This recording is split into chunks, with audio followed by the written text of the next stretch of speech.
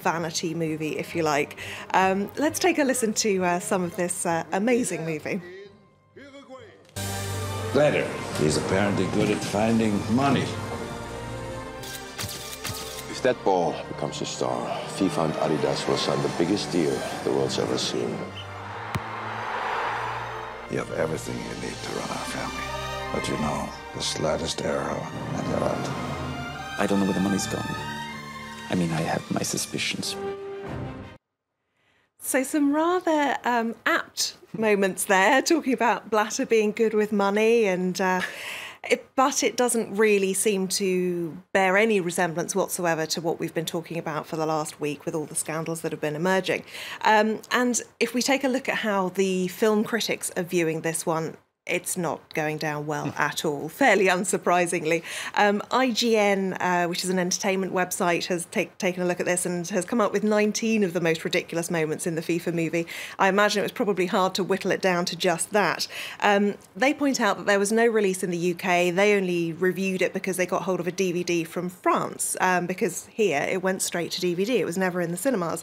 But one of the most interesting things here, I mean, they talk about how it's arrived just in time to redress the balance or not. Now, it's actually just coincidence that it's come out this week, in time for all the scandal. The idea, it was planned months ago. It was supposed to be a kind of triumphant appearance on the big screen in the wake of Sepp Blatter's re-election to the presidency. Of course, it hasn't quite worked out like that. But if we take a look at what they have to say, they say Blatter is a tireless crusader for truth, justice and the honourable ideals of the sport. At least that's how he's portrayed in the movie. If we take a look at The Guardian, they say that the director, Frédéric Auboutin, basically has admitted that this job was not his ideal match. I think that's supposed to be a play on words there. There's a picture of him looking none too impressed next to Gérard Depardieu and Sepp Blatter giving the thumbs up. That's in Cannes last year.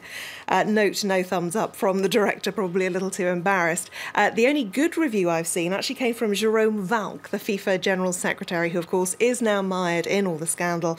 He said it was open, self-critical and highly enjoyable. FIFA aside, football and film have always a difficult history together. Meanwhile, staying on this theme, more speculation as to what Jack Warner's next move is going to be. Yes, well, if you take a read of the Slate website, then you would think that he is going to be the next big supergrass. In fact, possibly the whistleblower to beat all whistleblowers. They say that he's told them not even death will stop the avalanche that is coming. They say basically he has made a lot of enemies along the way and that he has pledged to take them down. If he goes down, he's taking them down with him. It's a real tawdry house of cards that's tumbling right now. Jack Warner, the latest allegation is that he asked Egypt for $7 million to secure his vote for them to hold the World Cup. Meanwhile, he's told the Trinidad Express that he doesn't take bribes. It seems to be the only person who's saying he doesn't take bribes is Jack Warner himself. He's actually continuing with life as normal. As this British journalist tweeted, Jack Warner just walked into Trinidad Parliament. He's in his usual seat, despite facing extradition for alleged bribery. So really quite incredible stuff. OK, let's move on now from FIFA to the transgender community. Absolutely. We have a new hero of the transgender community, Caitlyn Jenner, formerly known as Bruce Jenner, the reality TV star and, of course, former Olympic athlete. He won a gold medal. But he has now undergone a sex change and has become Caitlyn Jenner and has graced the cover of Vanity Fair there with the cover saying, "Call me Caitlyn." Now, this has produced a lot of conversation about how should transgender people be seen, because this is a very traditional kind of exploitative, you might say, magazine cover. She's in her underwear, she's airbrushed, she's, you know, looking very glossy and posing seductively. But what Laverne Cox, who is another transgender, she's an actress, but also very vocal in support of the transgender community. She is saying that, you know, this really shines a light on the kind of beauty standards that are expected if you go through a sex change. Now, she herself, as you can see, is very beautiful. She's an actress. She's appeared in the Orange is the New Black, which is a Netflix series, among others. And she's award-winning. In fact, even one of the awards that she got was from People magazine. She was named among the world's most beautiful for 2015. And she features in that series as a transsexual. They show her portraying herself as a man and as a woman. But she thinks that there could be a slightly less positive aspect to Caitlyn Jenner being portrayed in the way that she has been.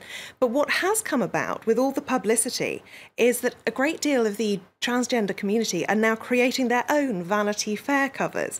And it's really quite touching. This particular woman here on the left, Crystal Fraser, actually created and shared a template so that other transgender Twitter users and the like can create their own Vanity Fair covers. And some of them are really quite stunning. This one here from Marley on Twitter, I mean, she looks absolutely beautiful. And it really is, it's a very different way to see it. I mean, this is far more of a sort of tomboyish shot. But again, it just gives us a very different view of the transgender community. Pop Sugar Beauty highlights the fact that we're looking at some amazing makeup sort of techniques and things in these photographs. So it's an interesting one, but however, some are critical, saying that if only Trayvon Martin, Mike Brown and Eric Garner, of course those killed by white police officers, black youths, have the same support that Bruce Jenner does. And of course, it's a less serious issue than that. Emma James, that's all we have time for. Thank you very much. That was Media Watch.